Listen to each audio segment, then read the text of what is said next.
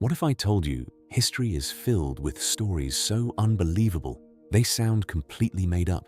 A town that blew up a whale with dynamite, a president who claimed he saw a UFO, and a pope who was put on trial after he was already dead.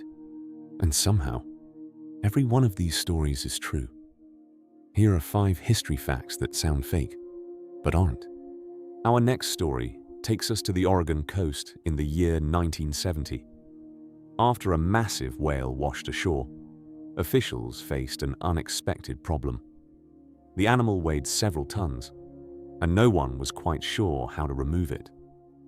After considering several ideas, they settled on one that seemed reasonable at the time: explosives.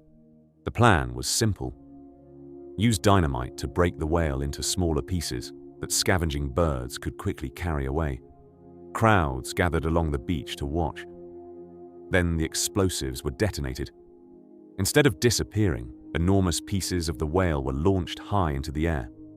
Blubber and debris rained down across the beach, damaging nearby cars and sending spectators running for cover. The cleanup proved far more difficult than anyone had expected.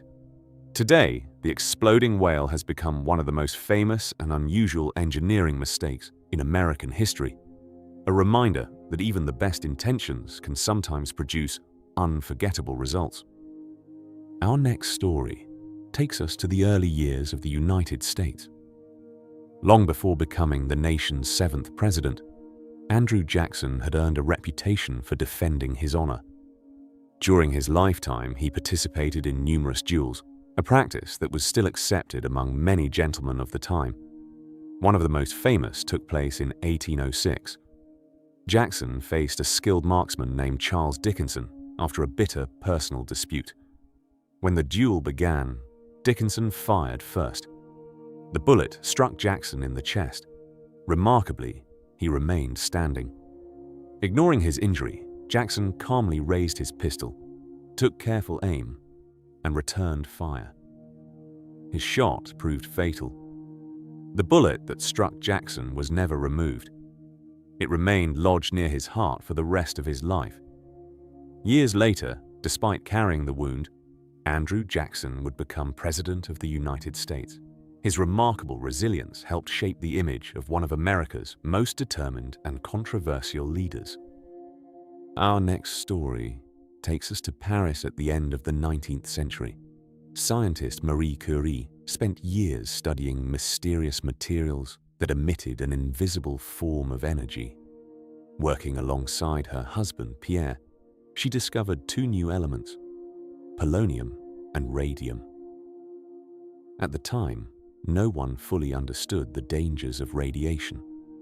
Marie handled radioactive materials with her bare hands and often carried small, glowing samples in her pockets because she found their soft blue light beautiful. Her discoveries transformed science and eventually earned her 2 Nobel Prizes. But they also came at a terrible cost. Years of exposure to radiation damaged her health, and in 1934, Marie Curie died from a disease linked to that exposure. Even today, more than a century later, many of her notebooks, laboratory journals, and pieces of equipment remain so radioactive that they are stored inside lead-lined containers. Researchers who wish to examine them must wear protective clothing. Even Marie Curie's coffin is lined with lead to safely contain the radiation that still lingers. It is a remarkable reminder that one woman's discoveries forever change science, and that their invisible power can still be measured more than 100 years later. Our next story takes us to the state of Georgia in the year 1969. Several years before becoming President of the United States, Jimmy Carter experienced something he could never fully explain. One evening, while waiting outside a meeting with several other people, Carter noticed a bright object in the sky. According to his account, the object appeared suddenly and glowed with unusual colors. It seemed to hover silently before changing brightness and moving away into the distance. Years later, Carter publicly described what he had seen. He never claimed it was an alien spacecraft. Instead, he simply admitted that he could not explain it. Astronomers have since suggested that the object may have been the planet Venus or an unusual atmospheric phenomenon. Others remain unconvinced. Whatever the explanation, Jimmy Carter's sighting remains one of the most well-known UFO reports ever made by a future president. A quiet mystery that still inspires curiosity more than half a century later. Our next story takes us to Rome in the year 897.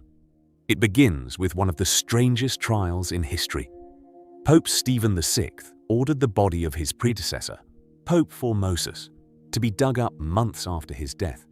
The corpse was dressed once again in papal robes and placed on a throne inside a church. An official was appointed to answer questions on behalf of the dead pope as the trial began. Formosus was accused of unlawfully becoming pope and violating church law. The outcome was never really in doubt. He was declared guilty.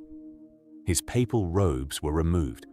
3 fingers used for blessings were cut from his hand, and his body was eventually thrown into the Tiber River. The bizarre spectacle shocked many people in Rome. Public anger quickly turned against Pope Stephen VI. Before long, he was removed from power, imprisoned, and later died in captivity. Today, the Cadaver Synod, as it became known, remains one of the most extraordinary and unsettling episodes in the history of the medieval papacy. A reminder that truth can sometimes be stranger than fiction. Those were 5 history facts that sound completely fake, but actually happened. If you enjoyed this video, there's plenty more unbelievable history still to uncover, so be sure to subscribe for more bizarre history every week. And tell me in the comments, which story was the hardest to believe? Until next time, remember, history is often stranger than fiction.